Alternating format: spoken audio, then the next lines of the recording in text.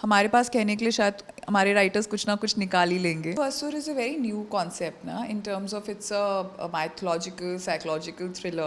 असुर जैसी series film में कन्वर्ट ही कर शायद नहीं हो सकती बिकॉज आपके पास उतना टाइम ही नहीं होगा उस चीज़ को नरेट करने का. Hi Manupriya Goenka and you are watching me on movie talkies. So I feel एक तो असुर is a very new concept ना in terms of it's a mythological psychological thriller. तो वो कॉम्बिनेशन ही नहीं देखा था and it's a very intelligent series in my view because everything that has been written in a complex but entertaining manner. It is a thriller at heart, and I used to always feel that many times, you know, in our Indian content, we start feeding the audiences. We make it much more simplified for them.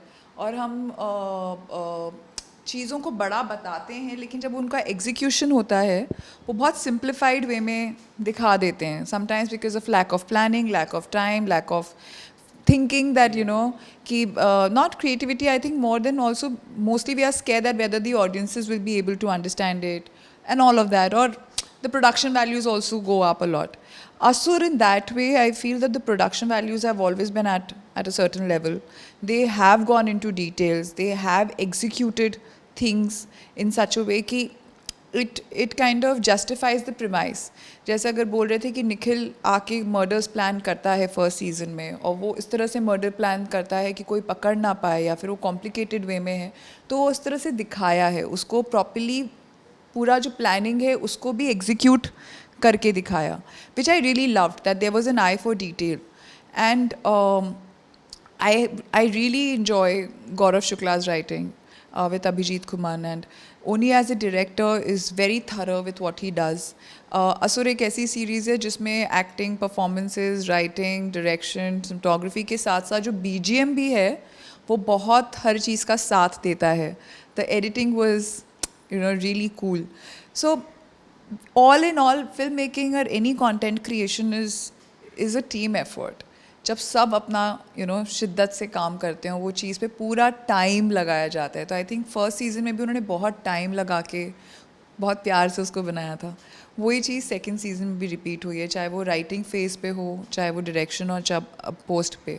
हाँ, 3 साल बहुत हो गए, लेकिन at the same time measure of these 3 years they were working on it regularly and making sure that it is foolproof. And I am loving the results. I'm loving how the audiences are lapping it up. असुर जैसी series film में convert ही कर शायद नहीं हो सकती because आपके पास उतना टाइम ही नहीं होगा उस चीज़ को नरेट करने का, उतनी डिटेल में किसी भी चीज़ को एक्सप्लोर करने का. It is a series format, but या obviously OTT has been a huge boon. It has changed the way entertainment is looked upon today. अच्छी अच्छी सीरीज़ बनाई जा रही हैं, काफ़ी नए कॉन्सेप्ट्स के साथ खेला जा रहा है, सबकी अपनी एक वॉइस है. और ऑडियंसेस अब क्योंकि इंटरनेशनल मार्केट्स से इतनी ज़्यादा वाकिफ़ हैं and they've started watching so much of content outside of India also कि now you need to give them content which somewhere holds them back. Because आज भी अगर I feel कि आने वाले वक्त में जो tier 2 tier 3 cities हैं वहाँ भी लोग इंटरनेशनल कंटेंट देखना उतनी ही अच्छी तरह चालू कर देंगे जैसे आज यहाँ देख रहे हैं. You know, this is the time we need to really pull up our socks and start giving content जो कहीं ना कहीं मैच करना चालू करे.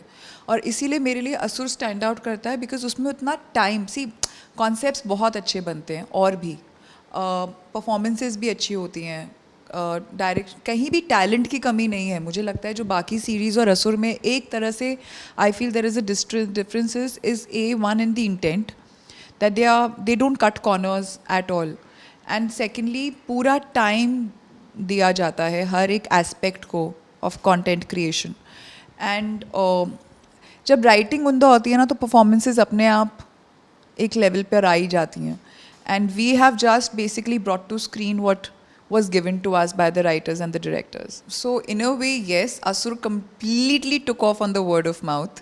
हम लोग ने तो सोचा भी नहीं था कि it will do whatever it did because as you said, इतना कोई एक कहीं ना कहीं fear भी था कि लोग इतनी intelligent series को कैसे देख पाएंगे. It's too big for them. ये बातें भी होती थी कि यार ये audiences समझ पाएंगे क्या जब season 1 आ रहा था.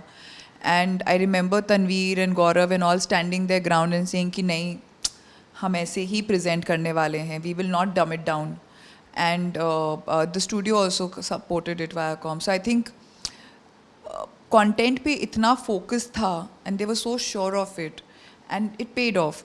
आई also feel at that time fortunately we got lucky with the fact that COVID had happened. तो वो वर्ड ऑफ माउथ पिक करके लोगों के पास उतना टाइम था. हाँ, आज जब बहुत सब लोग everybody is back to life, a lot of good content is coming out right now. When season 2 is also making the same wavelength, and again हमने ज़्यादा promotions नहीं किए, कुछ नहीं किया in fact, honestly देखा जाए तो, but it is creating that hype. It's trending on Twitter. It's people are messaging and calling and everybody's appreciating. It's purely hard work and intent and so much passion that has gone into it. So maybe एक तरह से देखा जाए तो शायद promotion की इतनी ज़रूरत नहीं है जितना बोला जाता है, अगर आप अपने कंटेंट को लेके श्योर हैं तो. Maybe, I don't know.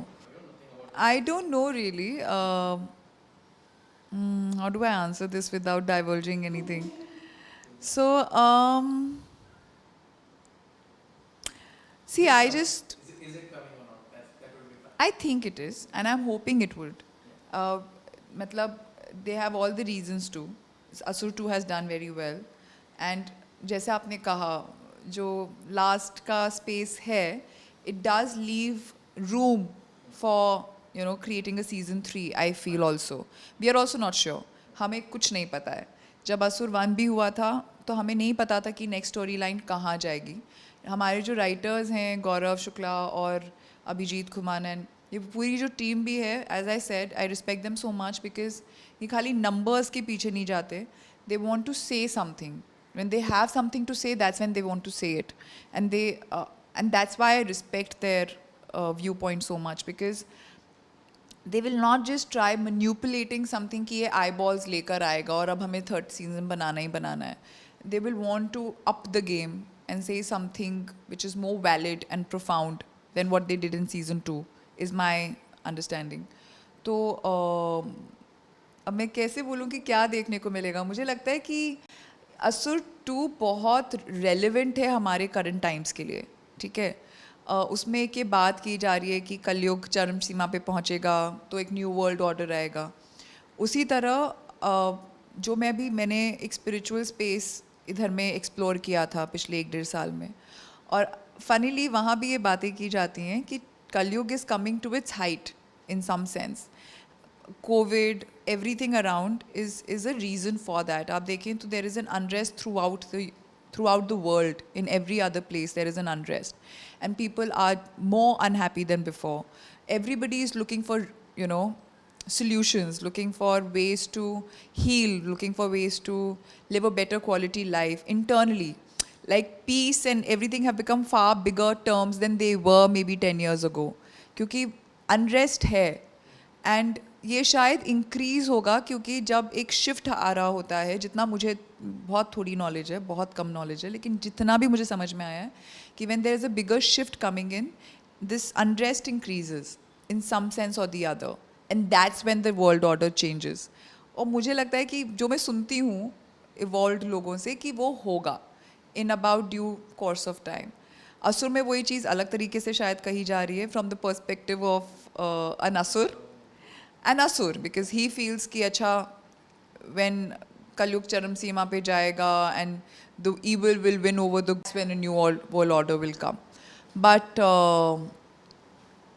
yeah, so in that aspect, when people are struggling with what's right, what's wrong, there's an internal fight much more. हमारे पास कहने के लिए शायद हमारे राइटर्स कुछ ना कुछ निकाल ही लेंगे जो उस वक्त के लिए भी रेलिवेंट होगा. मे बी अ ईयर और 2 years from now they'll start probably writing now, and I do think they have something on their minds, but वो काफ़ी कुछ मिल जाएगा उनको अभी in today's time and age कहने के लिए.